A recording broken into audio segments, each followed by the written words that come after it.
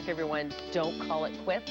Our relationship expert, Jane Fendelman, is back to continue our discussions about how to save our relationships. Welcome back, Jane. Thank you, honey. It's so good to be back again. Okay, now this is a tough one, tough topic. This is a big one. You're talking about infidelity today. Yes. It's an age-old question. One thing we probably should start off with: why do people cheat? Why do people cheat? So I have a few ideas about why people cheat. The first one I have down is lack of self-mastery. Lack of self-mastery. People feel like I'm not in charge of me. A lot of people feel like a leaf blowing around in the wind.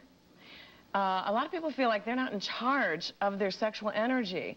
And it is the single most powerful energy that we humans have access to. And we can learn how to wield that energy, that power, responsibly. And so that it enhances our life. Instead of becoming addicted to it, it can become like an addiction and it runs us instead of us running it. So that's number one. Number two I have down is low self-esteem. So sometimes if a person needs a lot of ego strokes and say their partner is busy with work or busy with the kids all the time, then they'll go to somebody else to get their ego strokes. That's low self-esteem. That leads us to my third reason why people cheat, and that's to punish their partner. Ooh, that's kind of, yeah. That's kind of scary.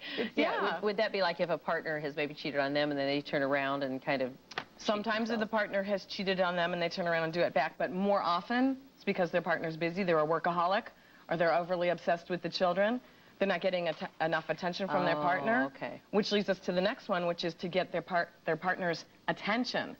So sometimes it is just to punish, and because I'm not getting your attention, I'm not getting what I need from you, so I'm going to punish you. And sometimes it is to get their partner's attention. Now this one I'm totally confused by. What's that last one? Fear of hurting your mate. Doesn't that But wouldn't you hurt your mate if you cheat? I know. I'm not getting that one. One would think, wouldn't one? So say we have somebody who's in love with you. Okay, not you. Not Jeanine. Jeanine and her husband are in love. Say someone's in love with somebody, and you're not in love with them back, and you're afraid to tell them because you don't want to hurt their feelings. So wouldn't you rather be hurt with the truth than hurt with a lie, though? So that is kind of a dumb one, but people do it for that reason. I'm afraid of hurting my mate, so I'm going to go and be with somebody else. Because I'm not in love with my mate, yeah. Exactly. So why do you say it doesn't matter what they're doing, it matters why they're doing it? It doesn't matter what they're doing, because if you're with somebody who has an intensity of connection with something else outside of the relationship, and when I say intensity of connection, I mean they're getting their, you know, happy, juiced up feelings from work because they're a workaholic, or from another woman, or from their children. They're getting all their intensity of connection from something else. It doesn't matter what it is. There's many different hats that we can hang on the same hat rack. It's all painful. It all just means that they're not emotionally available. And so that's the why. Why are they cheating? It's because they're not really emotionally available and honest and have a connection of integrity with you. With that, so it doesn't matter why. It doesn't matter if they're cheating on you with a woman or cheating on you with work or alcohol or drugs. Why do you want to be with somebody who's cheating on you? Right, exactly. Now let's ask this. Once someone is kind of a cheater, and maybe he or she cheats and it's repeated, that type of thing, isn't it hard for someone to stay with somebody like that? I mean, don't you think is it time to, I mean, I can't imagine staying with somebody who had done that, or that kind of betrayal. Or can you move beyond that, and can you stay with a cheater? I ask people two things. I say, can you be in this relationship without being the cop, or you're always going to be looking through their phone bills?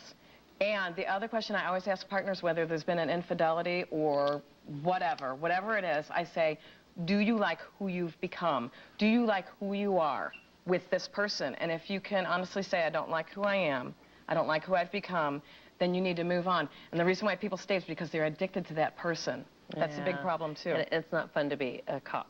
It's not fun to be the cop. Relationship. That don't be the cop. Yes, exactly. And quickly, we're running out of time, but what do you mean by men step up? I say men step up. We say that that's how men are.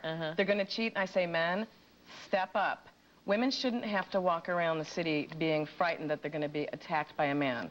Men, you are the protectors. Step up. Be the man. Take control of yourself. And and women too, if you're doing that. Women too, yes. Okay, thanks, Jane. Thank you so much. You're welcome, honey. All righty. And how can we get in touch with you too?